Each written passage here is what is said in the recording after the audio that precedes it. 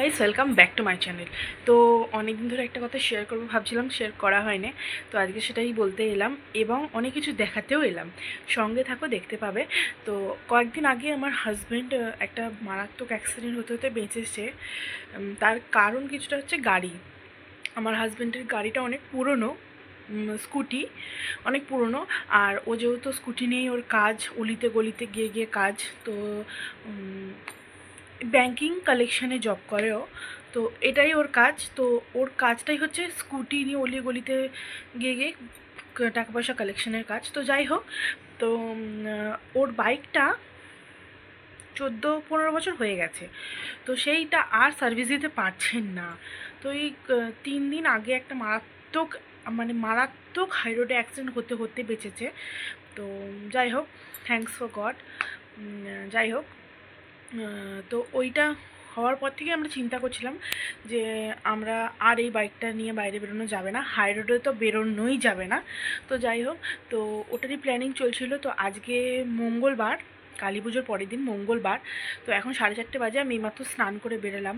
তো হঠাৎ করে ঠিক হলো যে না, গাড়িটা নিয়ে নেওয়াই যাক। তো এখন গাড়ি নিতেই যাব। তো সঙ্গে থাকো, দেখতে পাবে। এখন আমি সবে খাবার এনে তোমাদের সাথে ব্লগিং করছি। তোমাদের সাথে এই কথাটা বলে নেওয়ার পরে তাড়াতাড়ি করে খেয়ে নিই, রেডি হয়ে নেবো। তো সঙ্গে থাকো আর দেখতে থাকো, আর সবটা দেখতে পাবে কি নেব না নেব।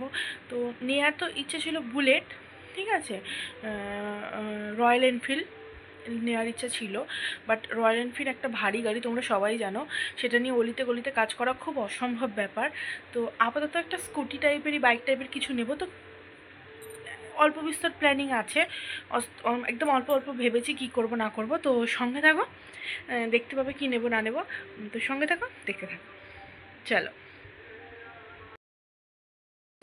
So hello guys, welcome back to my channel, you watching me on my channel. তো দেখো, তোমাদেরকে তো বলেই দিলাম সব। আর আমরা শোরুমে চলে এসেছি। আর এখানে দেখো অনেক রকমের স্কুটি, বাইক ছিল। এই ব্লু কালারটা আমাদের আপাতত পছন্দ হচ্ছে। আর এই ব্লু কালারটা, সামনের হোয়াইট আর অরেঞ্জটা দুটো সেম মডেল, বাট কালার ডিফারেন্সটা শুধু আলাদা। তো দেখা যাক, এখানে প্রসেসিংয়ে কথাবার্তা চলছে, তোমাদেরকে সেটাই দেখাচ্ছিলাম। ব্লুটা খুব ভালো লাগছে। আর বাকি স্কুটিগুলোর তুলনায় তো এগুলো একটু ভারী, আর এগুলো নাকি পুরো বাইকের মতনই ফিল দেবে। তো এইগুলো নেওয়ারই ইচ্ছা হচ্ছে। এবার কালারটা আমরা চয়েস করব। আমার তো ব্লুটা খুব ভালো লাগছে, দেখো। আর এখানে আমার একটা আঙ্কেল গেছিলো, সেও ওই ব্লু কালারের স্কুটিটাও দেখছে, যে এটাই সবার আসলে বেশি পছন্দ হয়েছে। তো ভেতরে দেখো এখানে বাইকগুলো আছে, এই বাইকগুলোও দেখছিল, ও বসে বসে দেখছিল। তো এই দেখো ভেতরেই দেখো ব্লু কালার, তারপরে ব্ল্যাক কালার। তো সব এই বাইকগুলো দেখতে পাচ্ছ। কিন্তু এই বাইকগুলোর তুলনায় যে স্কুটিটা আমরা দেখলাম ওর দামটা বেশি, তোমাদেরকে জানিয়ে দিচ্ছি, যেহেতু তোমরা মানে জানা থাকলে সুবিধা হবে। তো এই বাইকগুলো কিন্তু সব কটাই 1.5 লাখের মধ্যে, ঠিক আছে, 1.5 লাখের মধ্যে এই বাইকগুলো। তো আমার বর এতে বসে বসে দেখছে আর বলছে, এইতে আমি তো উঠে পড়বো, কিন্তু তোমাকে পিছনে অত উঁচুতে উঠতে হবে, তুমি পারবে? আমি বলছি দরকার নেই। তাও আমাদের যে স্কুটিটা নিয়েছি সেই স্কুটিটা কিন্তু ভালোই উঁচু। তো ব্লুটাই ফাইনালি নেবো বলে ঠিক হলো। আর এখানে আমি তোমাদের দেখাচ্ছি, দেখো। আর এই কালারটা দেখো, এই কালারটা আমার এত ভালো লেগেছে। উফ, আমি তোমাদের দেখাচ্ছি কালারটা দেখো। যদি কোনো দিন রয়্যাল এনফিল্ড নেওয়ার মানে সময় দেয় ঈশ্বর, তাহলে আমি এই কালারটাই নেব। তো যাই হোক, তোমাদেরকে ওটাই আমি দেখাচ্ছিলাম। তো চলো, সব কিছু কাগজপত্র এদিকে রেডি হচ্ছিল, আর তোমাদেরকে আমি ঘুরে ঘুরে দেখাচ্ছিলাম। তো যাই হোক, এই সব কটা বাইক দেখছো, এগুলো সব 1.5 লাখের মধ্যে।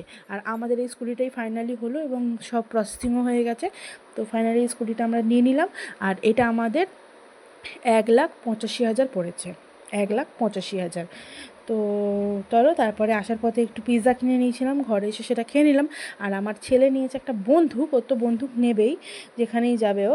আর তার সঙ্গে নিয়েছে এই যে বক্স আর মাইক, ওই দেখো টেবিলের উপরে কালার জ্বলছে, ওই বক্সটা আর এই মাইকটা। আর ওইখানে গান গেয়ে শোনাচ্ছিলো, সেটা দেখালাম না তোমাদেরকে। তো যাই হোক, ও খুব এনজয় করছিল। তো চলো, তারপরে একটু বাজি ফাটানো দেখে নিলাম। এই বাজিটারও একটা কেস আছে, এটা আমার বাড়িতে ফাটানো হয়নি, এটা আমার জায়ের বাড়িতে ফাটানো হয়েছে। তো সেটার একটা ভিডিও ক্লিপ শেয়ার করলাম।